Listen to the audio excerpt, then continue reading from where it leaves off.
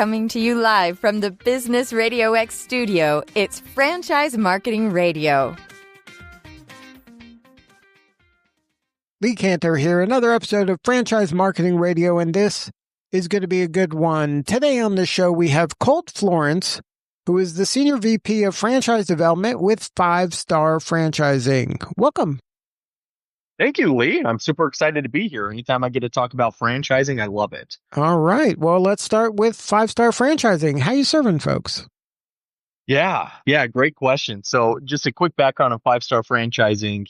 We are an umbrella company of 6 different home service brands. We specialize and focus in the home service industry, and we've really taken the approach of saying what industries are out there that are unique and special, and how can we become the industry leaders within those different industries.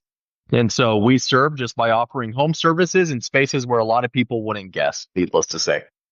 Now, did you start out with kind of trying to build out this cluster of home services as a niche, or was that something that kind of just organically happened over time? Yeah, it's a great question. So Our CEO, Scott Abbott, and our CEO, Chad Jones, are the founders of 5 Star Franchising. And years and years ago, they founded a company called 5 Star Painting. And they grew that to be one of the largest residential painting franchises in North America. And during that time, I think it took a very natural progression as they learned what systems were working, how to support people from a sales aspect, how to support from a marketing aspect. They then said, well, why don't we continue to replicate this into other concepts? And so then we naturally added in another concept of 5 Star Bath Solutions, and then another concept and another concept. So I think it was a very natural progression as we realized we were really good at supporting home services and offering a very unique experience for customers. Now, was the growth kind of by creating your own brands, or were you acquiring existing brands? Yeah, it's been about half. So we've created our own brands and grown them from scratch. And then we've gone out and identified other existing brands that exist within certain spaces we were interested in. And then we've acquired those. So I'd say 50% on both sides. Now, you're the VP of Franchise Development. What's your backstory? Have you always been involved in franchising? I wouldn't say always. I've been in franchising for about 8 years now. I've been in sales my entire career. And fell into franchising just by chance. A gentleman reached out to me on LinkedIn and said, hey, I really like the things you're posting and the videos that you're doing and the way you approach a sales cycle. Come take a look at entering into the franchising world. And so about 8 years ago, sat down, had lunch with him, jumped into franchising. And ever since then, I've been in love not only with the franchising business model, franchise development, and helping people become business owners, but then also in love with the home service space, just given the strength associated with it, and given where I think it's going to go in the future. Now, in your role, are you the one that is trying to find franchisees for the various 5 Star brands? Yeah. So that's exactly it. We have the 6 brands. I oversee all of them from a development standpoint. So me and my team, our job is to go out and identify franchisees in markets where we would like to grow and open up new locations, and identify franchisees that we feel would be a good fit, not only for the business model, but also a good fit for the culture of what we're trying to build and helping them be successful. So that's what I do all day, every day, is seeing what other markets we could grow into, and then helping find people who want to own a business and finding the right fit for them within those markets. So is that the order of things? You decide on an area first, and then you find the people in those areas, rather than just kind of doing a nationwide search and then building out wherever somebody expresses an interest? Yeah, I think it's definitely a mix. We definitely have the areas we want to go after just because we have this historic trends and the data to support the viability and what we believe that a viability exists within that area. So we'd love to get somebody there. But then there's also the natural progression that happens where somebody in a market that we haven't yet targeted or thought about reaches out and says, hey, I think there'd be quite a bit of demand in this area for one of your businesses. I'd love to open one. So majority of the time we're really targeted, but there are instances where somebody reaches out and has interest, and we take a look at that market at that point with them. Now, how do you define market? Is it a region? Is it a city? Is it a neighborhood? Yeah, it's a really good question. It depends on the brand. So that's one of the reasons why I've really fallen in love with the home service industry as a whole, because in franchising, you could define a market as saying, well, a city. We're only going to put 5 McDonald's in this city and we'll find the best areas to put them. Where within the home service space, you could actually define markets based off of who the ideal target customer is. And so, for example, one of our mosquito shields or one of our brands mosquito shield, we define a market based off of 50,000 single family households that make over $100,000 a year, because we know that is going to be the target customer that our franchisees are going to go after. And we know that is big enough to be able to support a viable mosquito shield business. So long way of answering that every one of our brands are different depending on their target customer base. And then we build based off of that to ensure viability. So once you've identified that market, what's the next step? How do you kind of go and identify now a person in that market that might be the appropriate franchisee? Yeah, there's a mix of it. So there's a lot of different marketing sources that we use from an online standpoint. There's portals that are constantly marketing. We take a very strategic approach of knowing historically this type of background, this type of skill set makes for some of the best franchisees. And so we target those people on things like LinkedIn and other platforms. But then also we work really closely with consultants who are in the space constantly within those markets, attending, their Chamber of Commerce, BNI groups, who could help us identify those people and pass them to us. So we take, I'd say, a pretty wide approach in a very narrow targeted effort to get us the right person in the right place. But it sounds like you're using a lot of kind of, I don't want to call them third party people, but people that are outside the 5-star brand, like you're using franchise brokers or portals those are the independent businesses that are probably, other franchises that aren't 5-star showing up in their world. Yeah, no, that's exactly right. I mean, those third parties like a portal, they tend to dominate the online space just because they have so many different listings. They have so much brand awareness with the brands. And so it creates a really good opportunity for us, because if somebody in San Antonio who we're targeting gets onto one of the portals, they find our brand, they're interested, it works really well. And a broker, they're boots on the ground. We don't have the ability to be boots on the ground in the different target areas that we're going after and being part of referral, networks or groups or Chamber of Commerce. And so they do a really good job of being the boots on the ground, identifying key people and helping us place franchises to people who want to be business owners in those targets. Because it seems to me that a franchisee is kind of a needle in a haystack. Like, you don't know when someone is approaching that, where in the buyer's journey they are, and when they're approaching that desire to either, I want to own my own business or I want to own a franchise. Like, it must be difficult to identify them early on, and you need those kind of other people who, like you say, are boots on the ground or are meeting people, and then could at least kind of pique their interest in this being a path. That's exactly. I mean, it's honestly finding the person at the perfect time, given the things that they're experiencing within their life, to want to consider business ownership, wanting to consider one of the franchises we have available, and catching those people at that perfect moment in their life in the perfect market is very difficult to do. So without the boots on the ground efforts and the other parties associated with it, it almost becomes impossible to do it. We're having those people there. They are there 24/7 and can capture the moments perfectly when somebody is ready to consider something like franchise ownership and then make an introduction from there. And at that point, they could be repping, 100 franchises, right? That broker, like, it's not just yours. So it's just within that, now you have to be the one that the person chooses out of that broker's portfolio.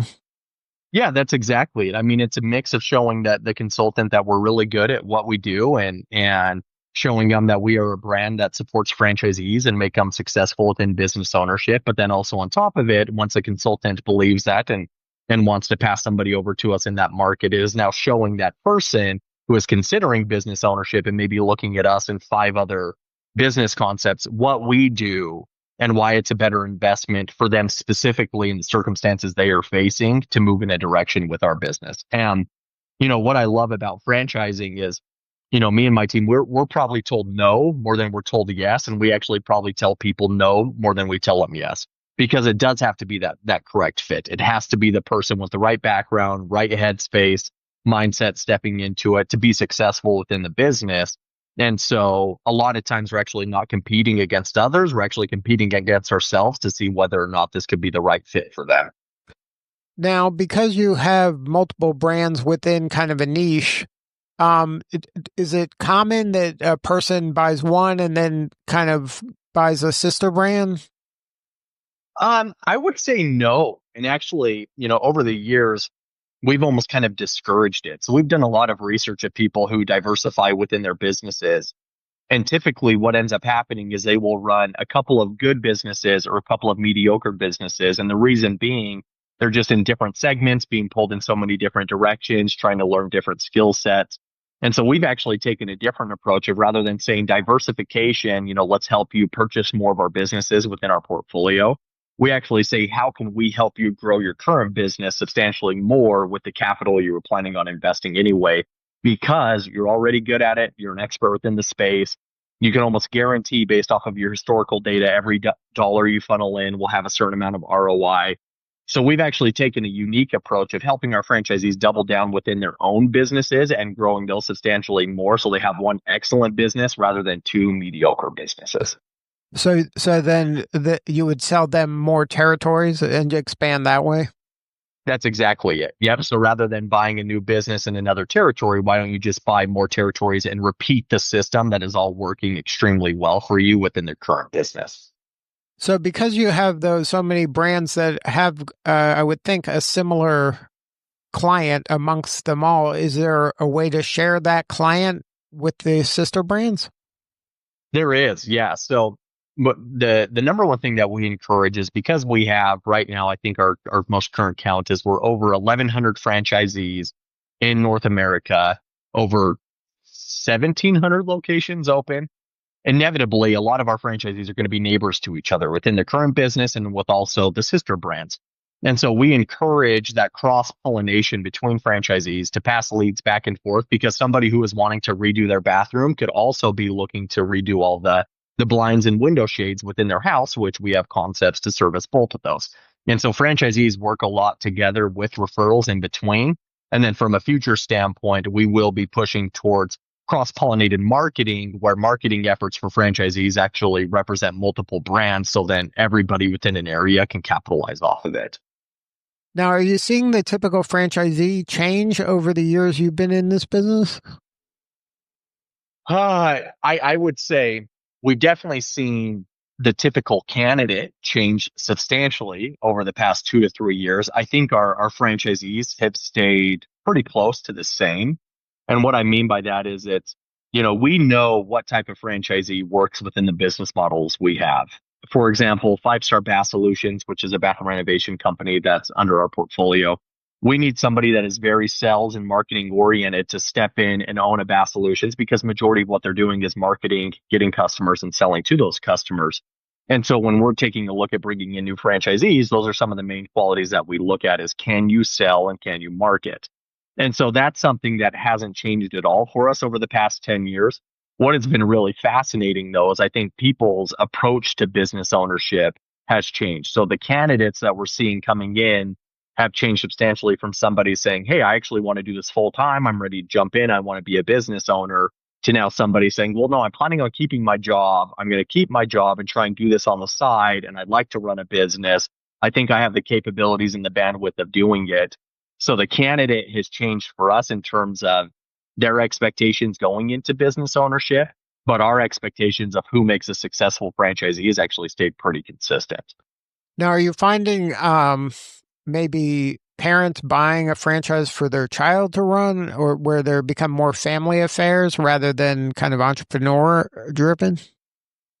Yes and no. I would say actually what is more common that we're seeing right now is actually parents coming in saying, I want to be a business owner. I want to purchase this and go full time into it. And then hopefully within the next 3 to 5 years, I could build something that incorporates my family in and I could pass it on to a child. And so, every so often we do get a parent saying, I will invest into it and, my son's going to run it. And let's see how well he does, or my daughter feels that she could do it. But what's becoming more and more common are people who are wanting to build almost a legacy wealth associated with their business. So they have something that they could pass down and incorporate children into and continue to support those children financially for years to come. Now, in today's climate with like interest rates higher, is that impacted kind of the growth of the franchising world, or buying new businesses? Has that impacted that at all? Yeah, I think it impacts it from the standpoint of if you are somebody who is looking to purchase or open a business and you're planning on utilizing capital from a lending company to be able to do it, an increased interest rate incorporates or comes back in terms of an increased payment on a monthly basis, which means you have to make more money to cover expenses and get to the point of profitability that you want. And so it makes people nervous, right? Because a larger loan payment should always make somebody nervous when they're looking at buying anything, whether it be a business, a car, a house. But within the business environment, what is interesting is because the interest has gone up and because lending, banks and things like that are charging more for loans, that's actually a direct representation of how the economy is doing as a whole as well. And so that means more people are employed, more people are making money. And so a lot of times our franchisees, even though upfront they are nervous about interest rates being higher, we're also charging more on the back end when it comes to overall jobs for our end consumer because the economy is doing better and people can afford to pay more for the services being provided. So it's almost all a circle of life thing. Interest rates higher, expenses higher generates, larger tickets and larger jobs and more revenue coming in. Where interest rates lower, expenses a little bit lower, labor easier to get, could be jobs a little bit lower because you don't need the profitability or the same revenue coming in to cover the expenses you have. So I guess that's a long way of answering. It scares people up front until they realize everything impacts each other in the same way, whether we're going up or down. Now, do most people, when they do a franchise or one of your franchises, is it something they do get a loan, like an SBA loan of some kind, or do they just pull it out of their own funds? Yeah, I would say the two most common things that we have seen over the years is going to be an SBA, and which is great because SBA a lot of times pretty easy process in terms of what they expect. Um, in franchising, we have our initial investment that we disclose, and so an SBA already knows exactly what it's going to cost and how much money somebody's going to need. But what has become more and more popular over the past couple of years are 401k rollovers.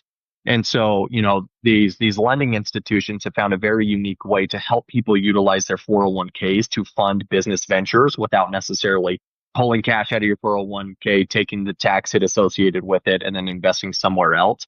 And so a lot of people have strategically used their 401ks to invest into the business that they're starting, and then using that to not only hopefully increase the value of a 401k, but start a business. So I'd say those two are the most common. It's actually probably becoming a little bit more rare of people just doing cash funding. They're looking to use either an institution or maybe stagnant money they have sitting in an account like a 401k and maximizing the value off of that 401k with businesses.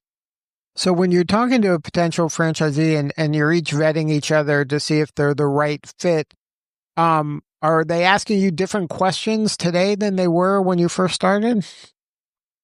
Yes, definitely. I think due to the market and the strength of the market and the economy we're facing right now, the questions have definitely begin to revolve more around like, well, what are you guys going to do for me? Or how do you support me in ways if I'm going to keep a job or if I don't have the time to put into the business? They're almost looking more for something that is a side income or a passive income, which, man, I'll tell you what, if somebody finds just complete passive income that they don't have to do much and could throw money behind, I'll be the first one on board for it. And so those questions have changed where historically, when we're going through times of maybe some economic difficulty, people losing jobs, their biggest question is, I'm ready to go full time. I just want to make sure you're going to be able to support me if I put in the work and the energy and the effort to make this business successful. So I think a lot of the shift we have seen in the process has been, well, what have you guys done to automate so I don't have to put as much energy and effort into it? Where historically it was actually, I'll put in all the energy and effort. I just want to make sure you guys have my back. So how do you define support? Where are the lines when it comes to that? Like, you can't get the client for them in the local. Like at some point, somebody's got to sell somebody something. Like you don't have a magic system in that regard, do you? And maybe you do. Yeah, some of our brands, we try and take as much off the plate of our franchisees as possible to help them generate as much revenue as possible. But the best analogy that I've ever found is, if I decide today that I want to get into really good shape, and so I go out and I think the best path for me is going to be to hire a personal trainer. So I hire a personal trainer, they come in, they design a diet for me, they design a workout regimen for me. They're there anytime I have a call or need a question answered, and they're trying to hold me accountable. All of that is fantastic, but it still requires me to get my butt off the couch, go to the gym and follow the workout regimen, to follow the diet, to make it to the grocery store and purchase the right things. And so I think that's how we define support within our franchise models is we will give you everything you need to be successful within this business, whether it's the sales support, the marketing support, the operational support. We have the playbook and we have the team members ready to support you to help you be successful. It still requires you to get your butt off the couch and go implement and push for the business. We're here getting your back any single time you run into a hurdle or an obstacle or something that you feel that you just can't over.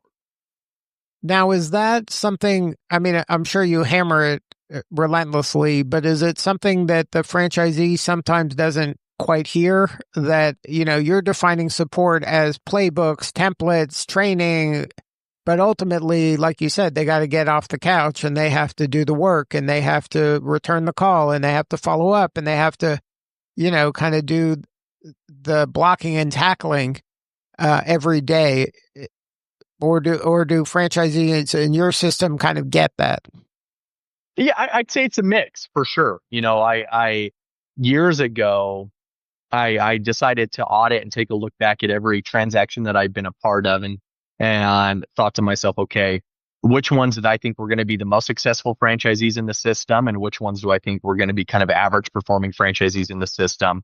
And what was really fascinating is that the people that I thought were going to be average just due to how they were approaching it and their mindset ended up being top performers, and the people that were or that I thought were going to be top performers ended up being average. And so I say that because it's really hard to dictate how somebody is going to approach the business and their mindset going into it and the expectations they've set for themselves. We can continue to reinforce it in the process, but whether or not they're ready for it or whether or not they're ready to implement is a completely different story. And in the franchising space, I think it makes it even more difficult because we do have increased probability of success just due to the business model and the historic value that we bring compared to somebody trying to start their business for themselves. However, because it is an increased probability of success, it doesn't mean that it requires any less work or effort from the business owner to make it successful. And so that is what we try and hammer in, whether or not the person is prepared for it or whether or not they fully understand what to expect. I think completely relies on them, but we definitely message to make sure we're doing our part so they're going in eyes wide open. So what do you need more of? How can we help you? Yeah, I think more of, we just need hustlers. And I think we're going to continue to see it.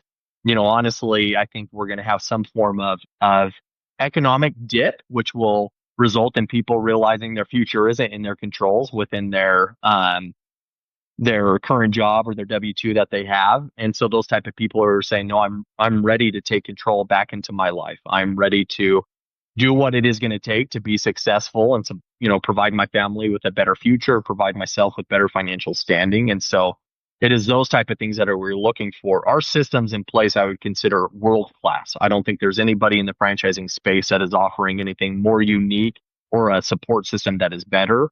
We just need more people that are willing to come in and put in the work, because that's what business ownership is, and people that are excited to put in the work due to the potential that it's going to provide to them in the future.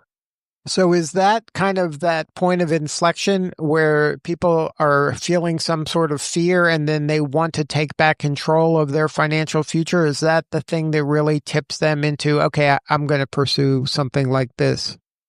Yeah. No, it's interesting. A lot of times, one of two things will happen. Somebody is able to build themselves up into a financial position where they have very little risk to jump into a business venture, but they realize jumping into a business venture is the number one way to build wealth for themselves and their family. And so they say, I'm ready to step away from being in a W-2 position myself because I feel like I'm in a position to do so, and I'm going to go push and try and provide a better future. Majority of the times, it's actually somebody who was just laid off and they realize, oh my gosh, I was making $200,000 a year as an executive. I was just laid off within my company. I've had 50 interviews and no other company is willing to pay me the same amount or replace my position just due to the economic position that we're in right now, the only way that I can replace my income is by taking it back into my hands and building a business. And so a lot of times it takes an eye-opening experience for somebody to realize, even though you feel like you're in control every single day, you're really not, as long as you are working for somebody else. And that eye-opening experience to push them to business ownership, to say, I don't want to feel that way ever again. And so I'm going to take control back. But I would think that, I mean, maybe you have the stats on this, that their first move would be like, oh, I was, a VP in ABC company. I'm going to be a consultant in that same niche because I'm already, that I have deep knowledge within that niche, and I was a high level executive, so I should certainly be able to transfer that into some sort of a consulting gig.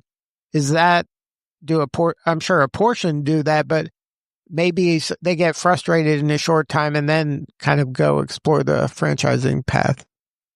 Yeah, I think it's difficult taking a path like that. So you're stepping into business ownership, which requires you to market, requires you to sell, requires you to network, which a lot of past positions probably don't prepare people to do that. And so that's why consultants make a ton of money, but there's only a few of them that do, because most people that step into it, they don't realize that the hardest part of their job is actually securing customers. The easiest part of their job is actually consulting once the customer has come in and they're paying them. But then also when, any form of economic difficulty takes place and they lay off a VP of marketing, or they lay off a executive vice president, whatever it may be, the company isn't necessarily looking to replace that expense that they just took off their P&L with another expense within a consultant. And so a lot of people step in and say, well, I could go provide value to other companies. But the reality is, within that space, within that industry, within that specific position, companies are actually taking a look at decreasing the expense. And so they come to the realization pretty quick, even though I'm an expert in that area, I'm not going to be a consultant. Can I take that same expertise and build my own business within a franchise? I was a VP of marketing. Can I take my expertise within marketing and go in and work with a mosquito shield and use my marketing skills to open up my own mosquito shield and acquire new customers? And majority of the time, they're substantially more successful with a venture like that than trying to go out and do any form of consultancy. Is there a story you could share? Maybe don't name the name of the person, but maybe what has come to you in terms of they came to you with a challenge, or they were on the fence, and then now they have this legacy business that they're able to, that has grown, and it kind of was bigger than they even imagined. Yeah, countless stories. There's one actually that comes to, a couple of them that comes to mind, but one from a past company where they, as a young kid, they stepped into an electrical business and they went and got their certification to be an electrician. And they realized that they had capped out pretty quick in terms of being an electrician at their $30, $35 an hour rate that they had. And so they went out and said, well, I wonder if I could go purchase a company or start my own company and build it up and capitalize even more based off of not only skill sets I have in place right now and in the licenses I have in place, but then also the ambition that I have. And so they went out, started their own electric franchise. They purchased an electric franchise. And within, I believe it was 8 years, they built it up and they sold it for over $100 million to a private equity group.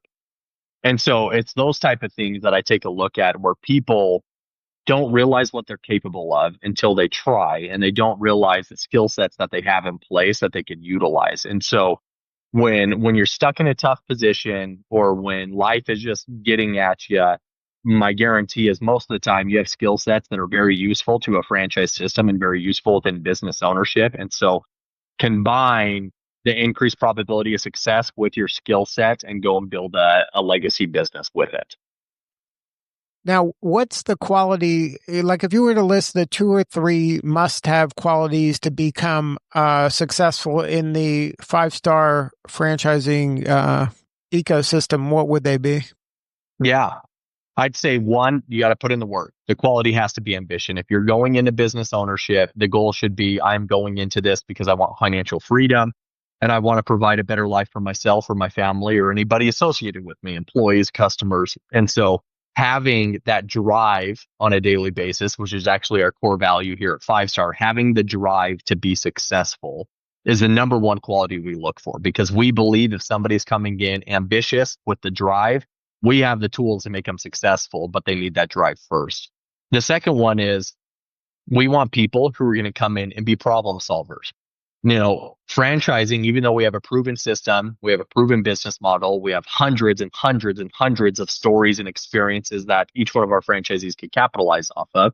You still need to be able to figure out some of the situations you're running into, obstacles you're running into. Something as simple as an employee didn't show up today to work. How do I handle this, or what do I do? And so one of our things that we look at is if you're coming in driven and you're able to problem solve, we have the back end systems to make you successful in business ownership. So if somebody wants to learn more, have a more substantive conversation with you or somebody on the team, what is the website? What's the best way to connect? Yeah, I'd say 5starfranchising.com is the best way of going about it. We have a quiz on our website where you could actually take a look at it and fill it out, and we'll actually suggest a brand to you as to what we feel is the best fit based off of what you're looking to do and your background. And then from there, my different team members who represent the different brands will be in contact. But we are here. We are here to answer any questions, not only about franchising, but also the brands within ours. We consider it a win if we help somebody not only get into business ownership, but get into franchising through their business ownership that they're trying to do. Well, Colt, thank you so much for sharing your story today. You're doing such important work, and we appreciate you. Yeah, thank you, Lee. I love this industry. I love what I get to do on a daily basis, and I'm very passionate. So I appreciate you having me on. All right, this is Lee Kantor. We'll see you all next time on Franchise Marketing Radio.